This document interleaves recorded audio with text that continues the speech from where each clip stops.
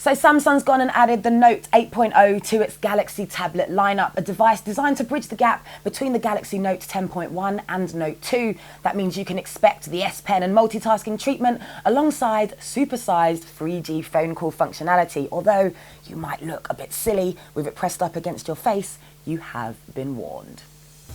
In true Samsung style, the Note 8.0 rocks that shiny white plastic body with curved lines and faux metallic details. It feels more solid than the Note 10.1, but still creaks and flexes, but at least you can afford to be a bit more careless when chucking it into your bag.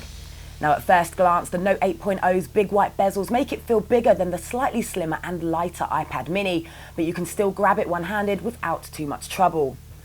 An 8-inch screen propels it from a device purely for media consumption like the Nexus 7 to something made to get work done, complete with a form factor that's more useful for replacing your trusty pen and paper setup. Borrowing SmartStay from the Galaxy family also means the Note 8.0's display won't time out when you're looking at it. And it's a lovely 1280 by 800 pixel display with good contrast, vibrant colours and a 16:9 ratio that works just as well for watching movies as it does for using two apps side by side via its multi-window feature, which now supports Chrome, Gmail, YouTube Maps and MX Player, as well as Samsung's own apps, making it much more useful than it was previously. Now running on Android Jelly Bean 4.1, Samsung has loaded up the Note 8.0 with the usual inviting set of widgets, home screens and pre-installed apps.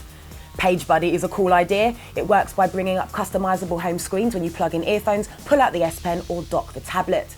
And with a 1.6 GHz quad-core chip plus 2 GB of RAM, the Note 8.0 is speedy and smooth, whether you're playing graphic-heavy games or watching an HD movie on one half of the screen while browsing Google Maps on the other. Its two speakers sound average but are located on the bottom edge of the tab, which means that in landscape you're likely to cover one up. And the 5-megapixel rear camera is useful but not great. Colours look washed out and detail is disappointing even when snapping in broad daylight. As with the Note 10.1, you'll use the S Pen more than you think, and its thin, lightweight stylus makes it a pleasure to use for Sketchbook, Mobile Express, Photoshop and note-taking. And when using the handwriting recognition in the S Note app, the Note 8.0 screen cleverly ignores the palm of your hand to avoid messy scrawls. Choose from writing freehand or converting your scrawls to text, which requires a bit of patience and often the need to correct mistakes.